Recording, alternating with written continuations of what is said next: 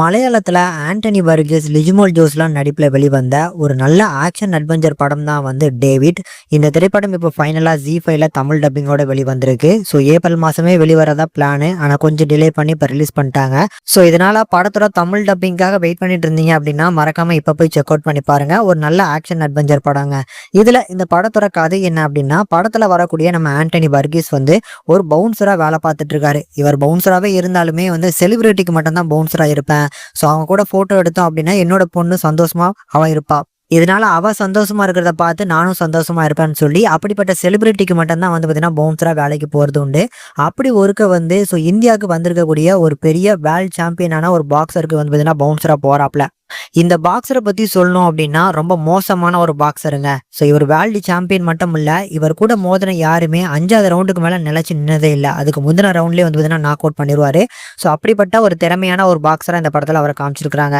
So இப்படிப்பட்ட பாக்ஸருக்கு பவுன்சரா நம்ம hero அங்கே போன டைம்ல வந்து ஒரு சின்ன சண்டையில வந்து ஒரு பஞ்சு தான் நம்ம ஹீரோ தெரியாம ஓடுதாப்ல. அதுல அந்த பாக்ஸர் நாக் அவுட் ஆயிருந்தாரு. ஸோ இதுல நியூஸ் மீடியா எல்லாமே வந்து பார்த்தீங்கன்னா நல்ல ஃபேமஸா கிளி கிளின்னு கிளிக்க ஆரம்பிச்சு, ஒரு பக்கம் வந்து பார்த்தீங்கன்னா நம்ம ஹீரோவை திட்டுறாங்க, இன்னொரு பக்கம் நம்ம ஹீரோவை புகழ்றாங்க. ஸோ இதனால அந்த வில்லன் இருக்கான் பார்த்தீங்களா, அவன் வந்து இவனோட ஒரு ரிங்ல வந்து சண்டை போடணும் அப்படிங்கிற மாதிரியான ஒரு சேலஞ்சை கொடுக்குறாரு. ஸோ அந்த சேலஞ்சில் நம்ம ஹீரோ பார்ட்டிசிபேட் பண்ணாரா? அண்ட் ஹீரோவால எப்படி ஒரு பஞ்சில் இப்படிப்பட்ட ஒரு பாக்ஸரை வந்து பார்த்தீங்கன்னா நாக் அவுட் பண்ண முடிஞ்சது? அவருக்கு பின்னால் இருக்கக்கூடிய அந்த ஃபிளாஷ்பேக் என்ன? கடைசியாக வந்து பார்த்தீங்கன்னா இவங்க 2 பேருக்கும் நடக்கக்கூடிய அந்த பாக்ஸிங் போட்டி வந்து யார் ஜெயிச்சாங்கிறது தான் கிளைமேக்ஸ். சூப்பரான படங்க. நீட்டான ஒரு பாக்ஸிங் மூவி. ஒரு சாதாரண மிடில் ஏஜ் பவுன்சருக்கும் வேர்ல்டு சாம்பியனுக்கும் ஒரு ஃபைட்டு அப்படிங்கும்போது கொஞ்சம் லாஜிக்கலாக அடி வாங்கினாலும் அதை வந்து பார்த்தீங்கன்னா படத்தில் அழகாக பிளேஸ்மெண்ட் பண்ணியிருக்கிறாங்க. ஸோ அதுக்காக நம்ம ஹீரோ வந்து பார்த்தீங்கன்னா ஒரு சாதாரண ஆள்லாம் இல்லை. அவர் இதுக்கு முன்னால் கொஞ்சம் பாக்ஸிங்லாம் கற்றுக்கிட்டு நல்லா ஃபைட் பண்ணிட்டு இருந்த ஒரு ஆள் தான் அப்படின்னு சொல்லி ஒரு சின்னதாக ஒரு ஃப்ளாஷ்பேக்லாம் வச்சிருக்கிறாங்க. அண்ட் ஆல்சோ கிளைமேக்ஸுமே நம்ம நினைக்கிற மாதிரிலாம் முடிக்காம ஓரளவுக்கு ஏத்துக்கிற மாதிரியான ஒரு நல்ல கிளைமேக்ஸ் கொடுத்து முடிச்சிருந்தாங்க. ஸோ அதனால படம் கண்டிப்பாக ஒரு நல்ல வாட்சபிள் மூவி தான். இதில் இந்த கேரக்டர்ஸை ஓரளவுக்கு நல்லா ஹேண்டில் பண்ணியிருந்தாங்க.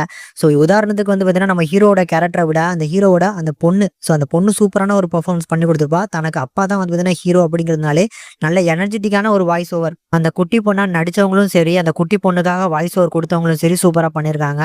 தென் ஆண்டனி வர்கீஸை எடுத்துக்கிட்டோம் அப்படின்னா ஸோ ஹீரோ கதாபாத்திரம் அப்படிங்கிறதுனால சூப்பரான ஒரு ரைட்டிங், அதுக்கேற்ற மாதிரியான ஒரு சூப்பரான ஒரு பர்ஃபார்மன்ஸ். இதை தாண்டி இந்த படத்துக்காக பிசிக்கலாகவும் வந்து பார்த்தீங்கன்னா ரெடி ஆயிருக்காரு அப்படிங்கிறது ஆன் ஸ்க்ரீனில் ஒரு சில இடங்கள்ல நல்லாவே தெரியுது. லிஜ்மோல் ஜோஸை பொறுத்தளவுக்கு இந்த படத்துல இம்பார்ட்டன்ஸ் அப்படிங்கிறது ரொம்ப கம்மி தான். ஆனால் வரக்கூடிய சின்ன டூரேஷன்ல அவங்களோட அந்த சின்ன சின்ன வசனங்கள் நல்லாவே இருக்கு. இதை தாண்டி நம்ம ஹீரோக்கு பாக்ஸிங் கற்றுக் கொடுக்க வரக்கூடிய ஒரு கோச்சா வராரு நம்ம விஜய் ராகவன். ஸோ அவரோட போர்ஷன்ஸ் நல்லா இருந்துச்சு. தென் வில்லனோட ரோல் அவருமே சூப்பரான ஒரு பர்ஃபார்மன்ஸ் பண்ணி கொடுத்துருக்காங்க. ஸோ டெக்னிக்கலி செம்ம சவுண்டான படம் தான். இதில் ஃபர்ஸ்ட் பஞ்ச் நம்ம ஹீரோ வந்து பார்த்தீங்கன்னா அந்த ஸ்டேஜில் பண்ணும்போது சினிமோட்டோகிராஃபிக் வழியாக பின்னால் வந்து பார்த்தீங்கன்னா நிறைய மீனிங்ஃபுல்லான ஒரு விஷயங்கள் தான் கன்வே பண்ணியிருப்பாங்க. இந்த மாதிரி டெக்னிக்கல் ஆஸ்பெக்ட்ல எந்த மாதிரிலாம் வந்து பார்த்தீங்கன்னா நல்ல ஒரு சினிமோட்டோகிராஃபி கொடுக்க முடியுமோ அதெல்லாமே நீட்டாக பண்ணியிருந்தாங்க. அதுவுமே நல்ல படத்தில் ஒரு எஃபெக்டிவான ஒரு சீனாக இருந்துச்சு. மியூசிக் டிபார்ட்மெண்ட் எடுத்துக்கிட்டோம்னா பேக்ரவுண்ட் ஸ்கோரு, பிஜிஎம்ஸ் இதெல்லாமே நல்லா இருந்துச்சு. ஆனால் இன்னும் கொஞ்சம் எஃபெக்டிவான ஒரு பிஜிஎம்ஸ் கண்டிப்பாக தேவைப்பட்டிருக்கு. அந்த கிளைமேக்ஸ் ஒட்டி வரக்கூடிய அந்த சீன்ஸுக்குலாம் இன்னும் கொஞ்சம் நல்ல ஸ்ட்ராங்கான ஒரு பிஜிஎம்ஸ் கண்டிப்பாக போடுறது இன்னும் கொஞ்சம் நல்லா இருந்திருக்கும். கிளைமேக்ஸ் கண்டிப்பாக அந்த ரிங் ஃபைட் நல்லா இருக்குங்க. அதை தாண்டி மிடில் வந்து பார்த்தீங்கன்னா நம்ம ஹீரோ ட்ரெயின் ஆகக்கூடிய போர்ஷன்ஸ் இதுவுமே நல்லா எஃபெக்டிவாக பண்ணியிருந்தாங்க. ஓவராலாக பார்க்கறதுக்கு ஒரு ஆவரேஜான மூவி தான். கதை வந்து கொஞ்சம் ப்ரெடிக்ட் பண்ணுற மாதிரி இருக்குது. அதுதான் அந்த படத்தில் ஒரு பெரிய நெகட்டிவ். இதை தாண்டி ஒரு வேர்ல்டு சாம்பியன் வந்து பார்த்தீங்கன்னா ஒரு சாதாரண ஆள்கிட்ட மோதுறது அப்படிங்கிறதுமே லாஜிக்கலாக அடி வாங்குற மாதிரி இருக்குது. இந்த மாதிரியான சின்ன சின்ன லாஜிக்கல் மிஸ்டேக்ஸ், இந்த மாதிரியான எரரை தவிர்த்து இந்த படத்தில் பெருசாக வந்து பார்த்தீங்கன்னா நெகட்டிவ்ஸ்னு எதுவுமே கிடையாது. அதனால் கண்டிப்பாக ட்ரை பண்ணலாம். தமிழ் டப்பிங் அருமையாக பண்ணி கொடுத்துருக்காங்க. கண்டிப்பாக ஒரு ஒன் டைம் வாட்சபிள் மூவி.